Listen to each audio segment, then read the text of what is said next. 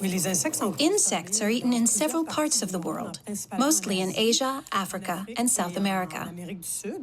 In Asia, for example, China is known for eating silkworms. It is a rich food that can contain up to 60% crude protein.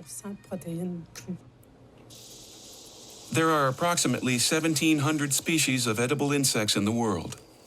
The FAO, the Food and Agriculture Organization, believes that insects will be part of the solution to the rapidly emerging food crisis. Raising insects costs very little, they emit very little methane gas, and they are easy to transport to the market. Insects have always been considered as a possible protein source of the future. Eating crickets is thought to be more sustainable than eating beef. We're talking about a farm that isn't very big, and they can be raised in large quantities very quickly and transported. Well, they can be easily obtained. We don't need to go to another country to find crickets. We can find them close to us. The European Union in December certified that some bugs are fit for consumption. They recently approved crickets, mealworms, and grasshoppers to be brought to market. The bugs are permitted to be sold, frozen, dried, and powdered. The largest insect farm in Europe says they will be allowed to commercialize in various foods such as cereal bars and dried pasta. They also put in an application for black soldier flies.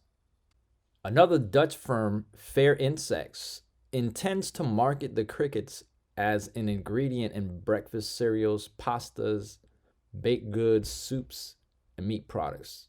This week, the firm announced it has raised £50 million in equity to boost international expansion and research and development. If there is an international expansion, could this be coming to the United States? And will this end world hunger? Let me submit another solution. It is God's plan for us, and that is to grow your own food.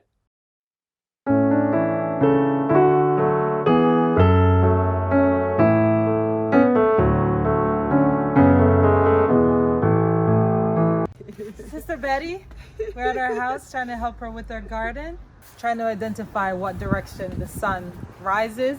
So we've identified north is that way, so that means south is this way, and then west. The sun rises in the east, sets in the west. We're going to plant the taller plants towards the east. The house will give shade as the sun sets. It's always good to interplant your greens with garlic or some form of an onion or green onion because they deter the pests. The herbs, you can put cilantro at the end of the next bed and this one in the middle. This is a parsley. I'm gonna put it right there.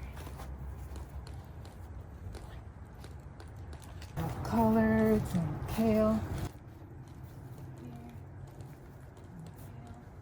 Can you tell us why you're setting it up the way you are?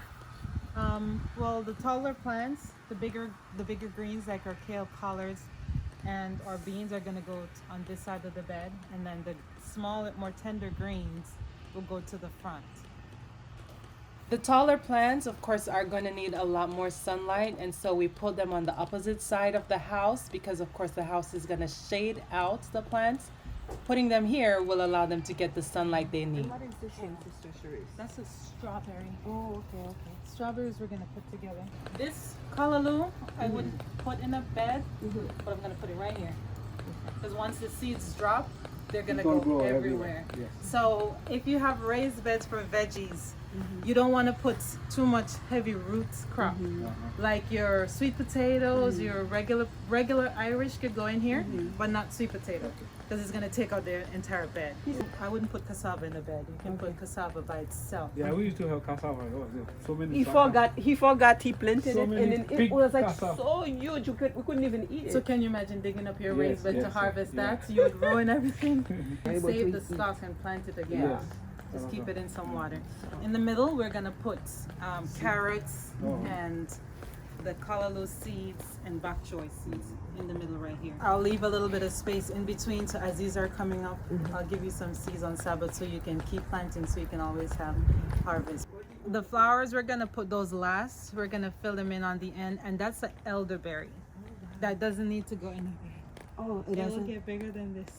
So, yes. But it's, you know, you're familiar with elderberry?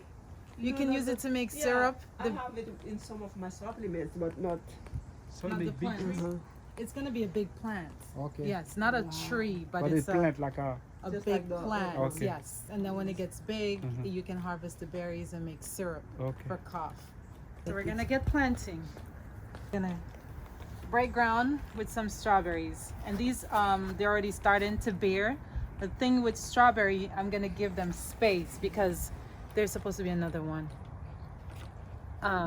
When the strawberries are finished bearing, it's gonna send out runners, and the runners will take care of the entire garden if you don't control them. Okay. So I'm gonna give them this square, and then from these two plants you can get.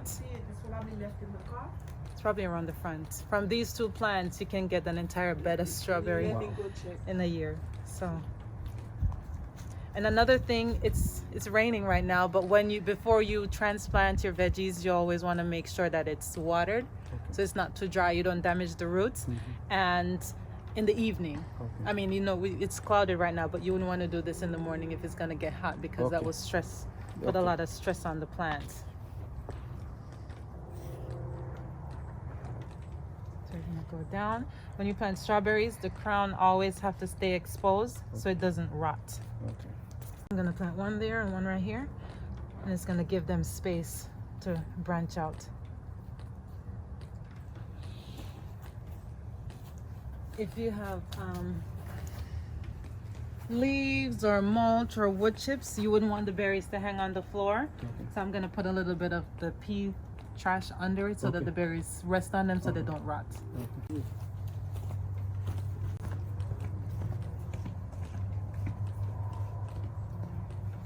It would be nice if they're hanging outside of the bed, but we'll do it just like that. So thank you for joining us on Seed Time and Harvest. Bye. Happy planting. Take care.